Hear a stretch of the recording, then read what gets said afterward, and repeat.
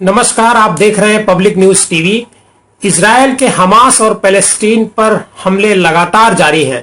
बताया जा रहा है कि गाजा पट्टी के खिलाफ इजरायल के हमलों में फिलिस्तीन के सबसे बड़े शहर गाजा में बिजली आपूर्ति काट दी गई है। इजरायल की वायुसेना ने एक साथ गाजा पट्टी के कई शहरों खान यूनुस, उत्तरी क्षेत्र और राफा पर कई रॉकेट दागे गए हैं। गाजा में हमास के राजनीतिक ब्यूरो के मुख्य कार्यालय के नष्ट होने की भी खबरें आ रही हैं, लेकिन इस जानकारी की आधिकारिक पुष्टि नहीं हो पाई है। इजरायली बलों ने शनिवार को गाजा में एक ऊंची इमारत को निशाना बनाया। इससे पहले इजरायल रक्षा बलों ने कहा कि उन्होंने एक 15 मंजिला इमारत पर हमला किया, जिसमें कई अंतर्राष्ट्रीय मीडिया, एसोसिएटेड प्रेस और अल जजीरा के दफ्तर थे। आईडीएफ ने कहा कि इस इमारत का इस्तेमाल हमास ने अन्य चीजों के अलावा अपने खुफिया मुख्यालय के रूप में किया था। इजरायली बलों ने कहा कि हमले से पहले लोगों को इमारत से बाहर निकलने के लिए पर्याप्त समय दिया गया था। बावजूद इसके 100 से ज्यादा लोगों के मरने की खबरें आ रही हैं। आइए हम आपको बताते हैं कि सालों से इजरायल और पैलेस्टीन के बीच झगड़े की मुख्य वजह क्या है।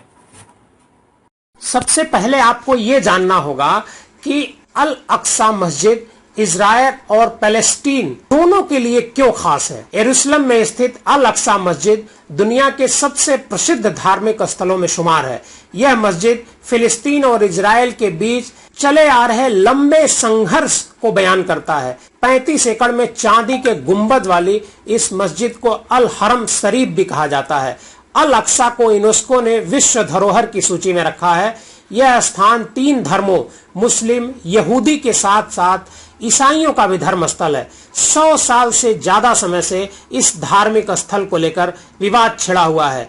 आपको बता दें कि 1947 में संयुक्त राष्ट्र संघ ने प्राचीन पैलेस्टीन को 2 हिस्सों में बांट दिया। 55% हिस्सा यहूदियों को मिला, जबकि 45% हिस्सा पैलेस्टीन को मिला। मुस्लिम समुदाय यरूशलेम में स्थित अल अक्सा मस्जिद को मक्का और मदीना के बाद तीसरा सबसे पवित्र स्थल मानता है। इस परिसर को मुस्लिम हरम अल शरीफ के नाम से बुलाते हैं। इस जगह को यहूदी भी अपने लिए पवित्र मानते हैं। मुस्लिमों का मानना है कि रात की यात्रा अल इसरा के दौरान पैगंबर मोहम्मद साहब मक्का से चलकर अल अक्सा मस्जिद आए थे और जन्नत जाने से पहले यहीं रुके थे। यह मस्जिद पहाड़ पर स्थित है।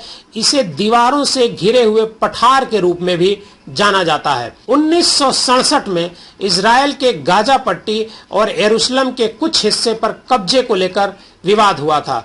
उसी समय जॉर्डन के हस्तक्षेप से एक समझौते पर सहमति बनी। समझौते के मुताबिक गैर मुस्लिम को भी इस मस्जिद में आने की इजाजत होगी, लेकिन उन्हें पूजा का अधिकार नहीं होगा।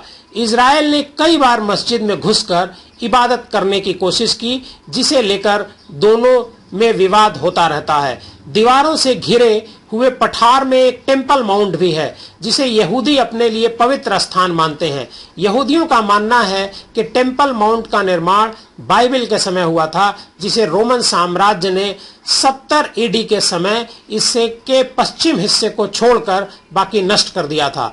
यहूदी इस दीवार को पूजते हैं। पैलेस्टीन अरब देशों के मुस्लिम और इजरायली दीवारों से घिरे इस पठार पर अपना दावा करते आए हैं।